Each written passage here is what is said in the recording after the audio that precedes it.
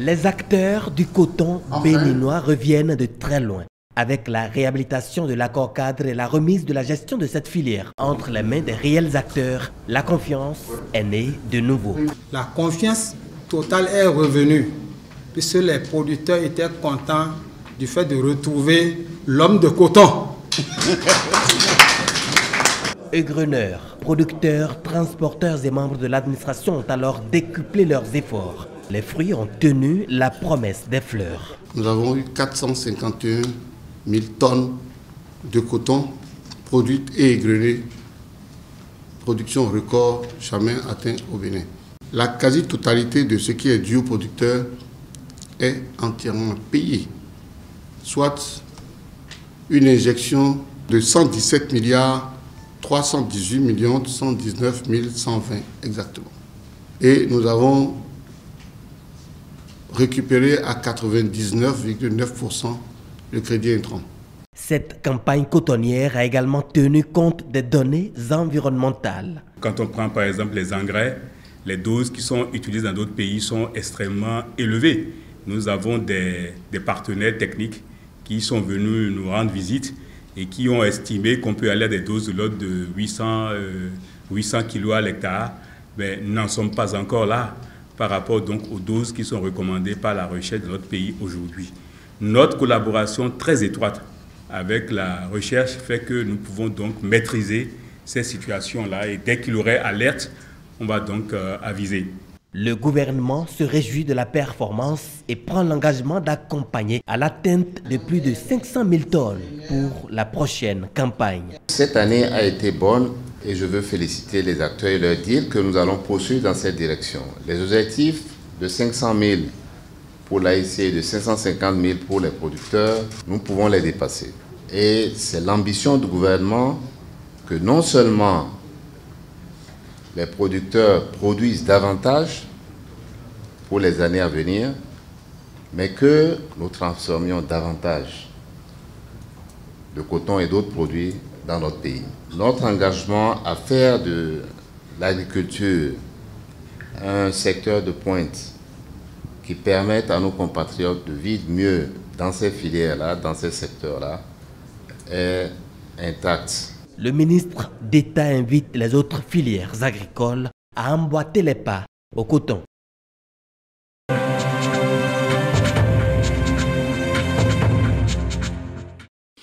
Avant d'attribuer un phénomène au changement climatique, il faut que l'on puisse observer ce phénomène-là sur des décennies comparables.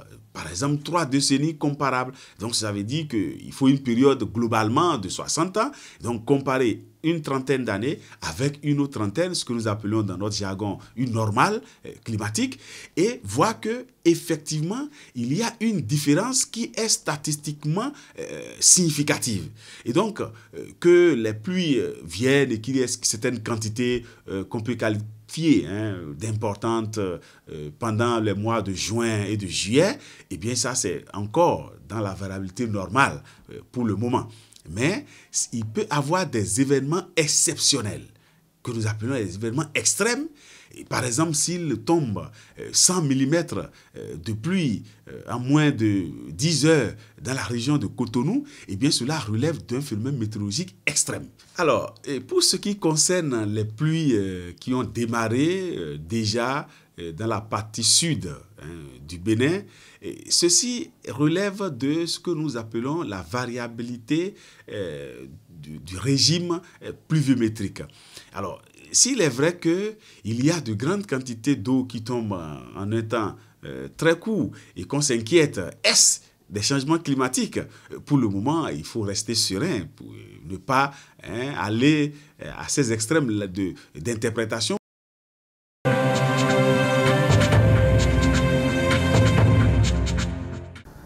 Des déchets soigneusement emballés puis déposés au coin de la rue ou encore au pied de ces poteaux électriques. Ce spectacle avilissant, on le vit sur l'axe Sujet-Bégamin-Enam via le carrefour Bulgarie. De nombreux points de regroupement des déchets créés de toutes pièces par certaines populations.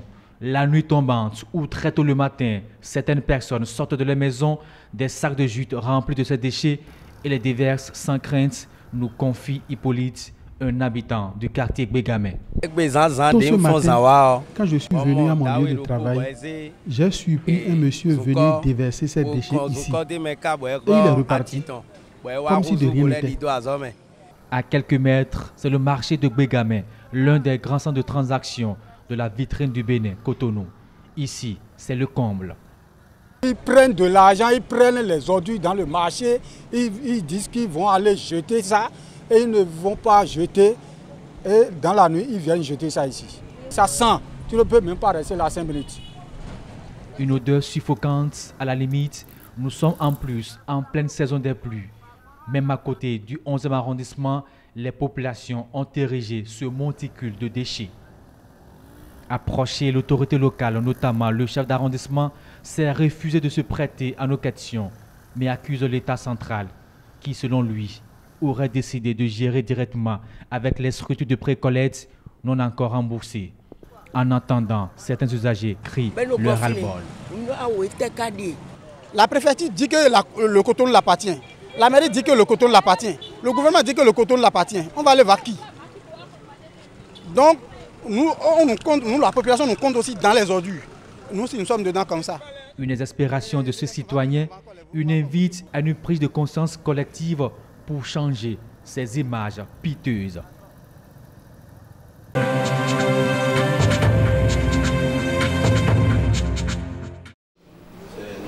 Le projet Recherche-Action sur les stratégies pour améliorer l'accessibilité des indigents aux services sociaux de base santé vient corriger des insuffisances liées à l'accès aux fonds sanitaires aux indigents.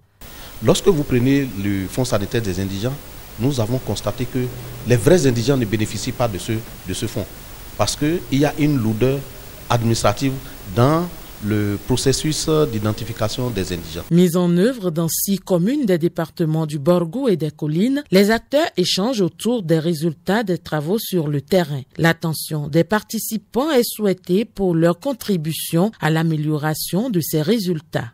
Je vous invite également à une écoute attentive afin de proposer des stratégies novatrices dans l'intérêt supérieur de nos parents démunis et indigents. On peut se dire aujourd'hui que les données existent sur les indigents au niveau de 3 arrondissements quand vous allez au niveau des communes.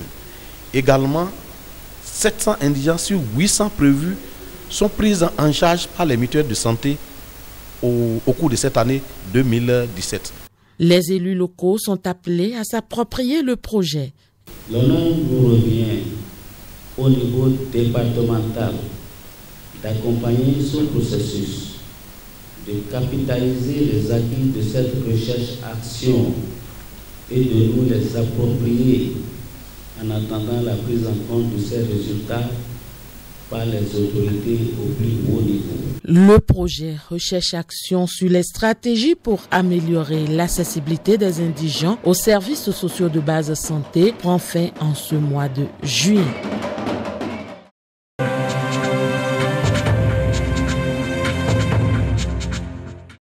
Nous ne sommes pas informés.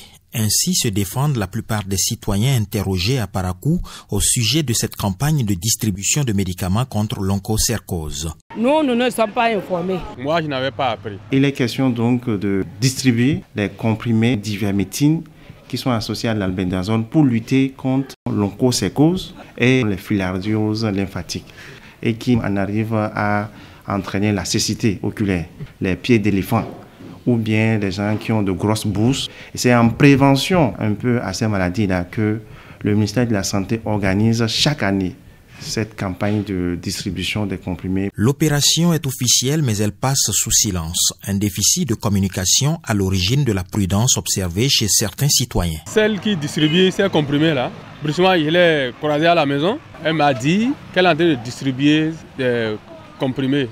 Quelle sorte de comprimés tu distribué? On n'a pas appris depuis longtemps. Je l'ai menacé. Elle a dit que c'est le gouvernement qui a envoyé, que c'est pour lutter contre l'onchocercose. Bon. Normalement, il devait d'abord nous dire ça dans les télés ou bien les radios. Au bout de quelques échanges, certains se laissent aller et les médicaments sont acceptés. Ils m'ont montré des photos. Comme j'ai vu que vraiment ces maladies qu'ils ont montrées là, pour ça, il faut au moins quelque chose. comme ça, quand ils m'ont remis, moi j'ai pris. Le risque, c'est que les gens acceptent de prendre les médicaments sans les boire par manque de confiance.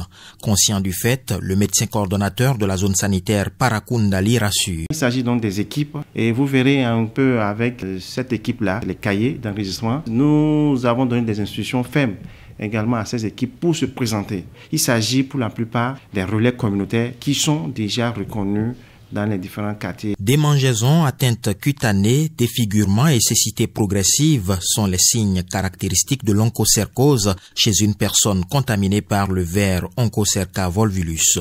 À travers des campagnes de distribution de médicaments, le Bénin prévient chaque année sa résurgence dans les zones à risque.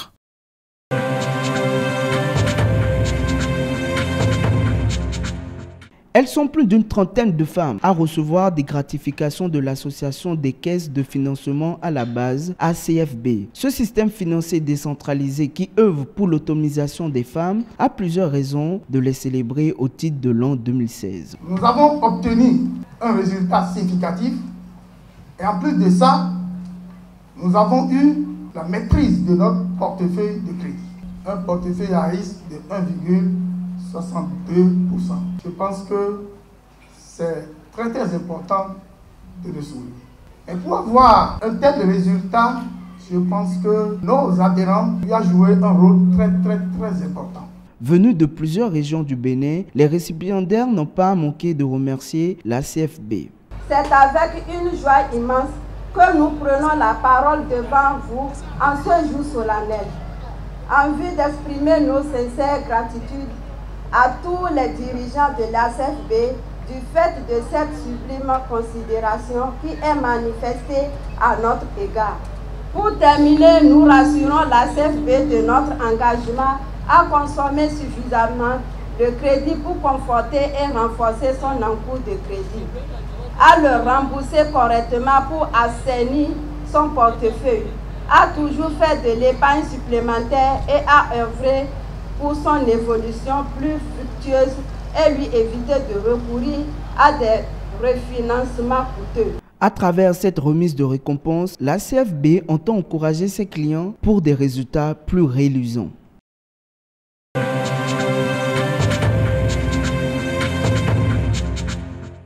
Onzième édition de la Journée mondiale du tourisme responsable et solidaire. Elle s'est déroulée ce 9 juillet toute la journée en présence du ministre du Tourisme, Ange Nkwe, au siège de l'École du patrimoine africain. La Fédération béninoise des organisations pour un tourisme responsable et solidaire a tenu ce pari afin de réfléchir sur les nouvelles opportunités qui s'offrent à elle. Avec le tourisme responsable, le voyage devient enfin un levier de développement et de solidarité internationale qui permet de lutter contre la pauvreté et de préserver l'environnement local. Les travaux se sont déroulés sous le thème « Non au tourisme sexuel, crime sans frontières ». Selon les tendances récentes, le tourisme en Afrique continue d'accroître les revenus malgré les difficultés auxquelles sont confrontés ce secteur, notamment les changements climatiques, les coûts liés au transport aérien et l'insécurité dans certains États.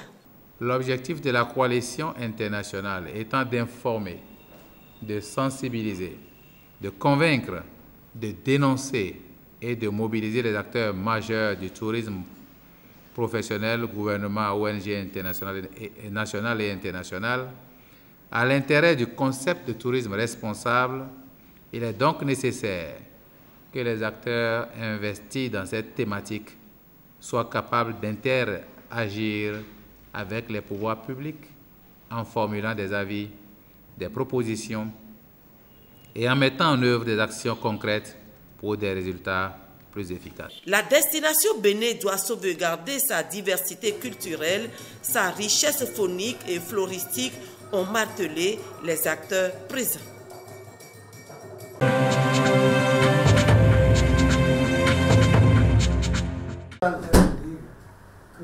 Nous avons une position très ferme contre toutes les formes de colonisation dans les différents pays de la planète. Aussi, nous sommes membres de la Conseil des droits humains de las Nations Unies. Nous avons une très bonne évaluation de la situation des droits humains au Venezuela de part de la Conseil des droits humains de las Nations Unies à Genève. Aussi, Venezuela a un processus de développer une élection pour une Assemblée nationale constituante. L'élection est le prochain mois de juillet, le 31 de juillet, se va démarrer l'élection.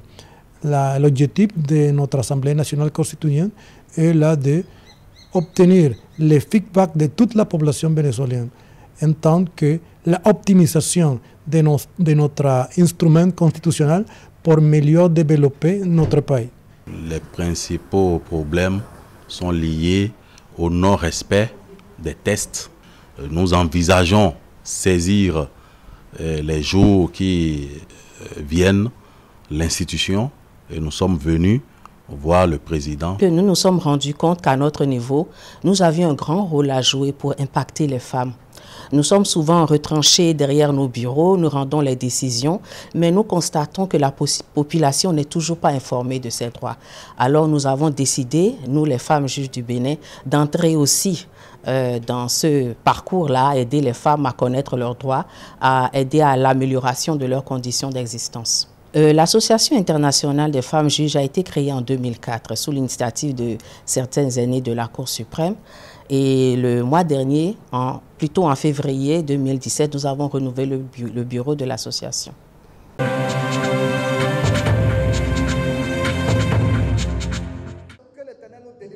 Prêche biblique, chant de louange, prière et remise de parchemin ont soldé la fin de la formation de ces ouvriers du Seigneur. Une formation de 3 ans à l'Institut international de théologie La Source. L'ITS est composé de pasteurs et étudiants issus de différentes communautés chrétiennes pour un savoir-faire et un savoir-être en vue de mieux impacter leur église locale et de transmettre l'évangile du royaume de Dieu. Créé en 2008 par l'apôtre Jean-Benoît Amangbeyon, l'Institut est spécialisé dans la formation de toutes les personnes désireuses d'acquérir des connaissances en théologie sans distinction de religion, de sexe et de conditions sociales. Compris que nos pasteurs sur le terrain manquent beaucoup de connaissances et certains sont sur le terrain sans aucune formation, d'autres sont sur le terrain avec quelques semaines seulement de formation. Alors le Seigneur m'a inspiré depuis la Côte d'Ivoire et en 2008 à San Pedro, à 40-50 km d'Abidjan, de mettre sur pied cet institut.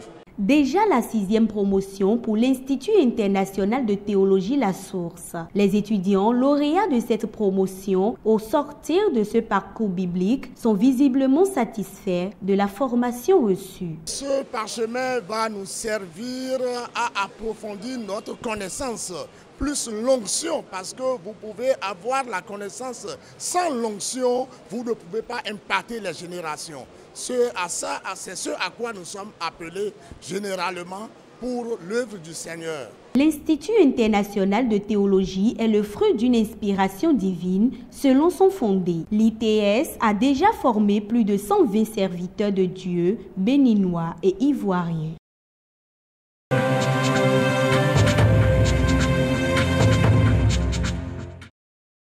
Un titre, Entreprendre en Afrique. Un sous-titre, Les clés de la réussite. Une cible, les jeunes Africains. Dans ce livre, je fais un appel à la jeunesse africaine en lui faisant comprendre que l'entrepreneuriat est accessible à tout un chacun qui veut développer un projet de création d'entreprise. Un ouvrage en 2 dimensions. La première dimension, j'invite les jeunes à maîtriser leur environnement immédiat. La deuxième dimension, j'invite les jeunes à mesurer leur potentialité. Connaître son environnement, mesurer ses aptitudes, vous les mettez en synergie pour créer des projets durables et innovants. Innovants et innovateurs, voici un outil d'encouragement à mettre entre les mains de la jeunesse africaine pour éveiller la créativité et l'aptitude à l'innovation, avec 12 apôtres de l'entrepreneuriat invités à l'hôtel de l'exemple. J'ai cité le parcours de 12 entrepreneurs pour inciter les jeunes à l'entrepreneuriat simple. Et cet entrepreneuriat simple, c'est quoi? Tout de suite et maintenant, dans mon environnement immédiat, qu'est-ce que je peux proposer comme produit ou comme service? Au service de cette œuvre, 2 personnalités sénégalaises, Amat Dansokho, Maire, député et ministre honoraire qui a écrit la préface. Seydou Gueye, ministre en fonction actuellement, qui a rédigé la postface. Aux éditions L'Harmattan, ce sont ici les clés de la réussite pour entreprendre en Afrique. Mais avec plaisir, hein?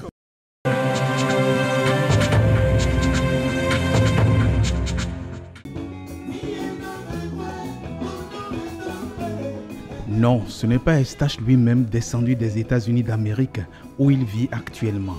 Lui, c'est Biaou Romé Yaya, descendu tout droit de l'OETB Parakou. L'orchestre de l'OETB, Super Odivi, va donc jusqu'au septentrion. Et voilà un ressortissant du Nord qui roule correctement un morceau du Sud.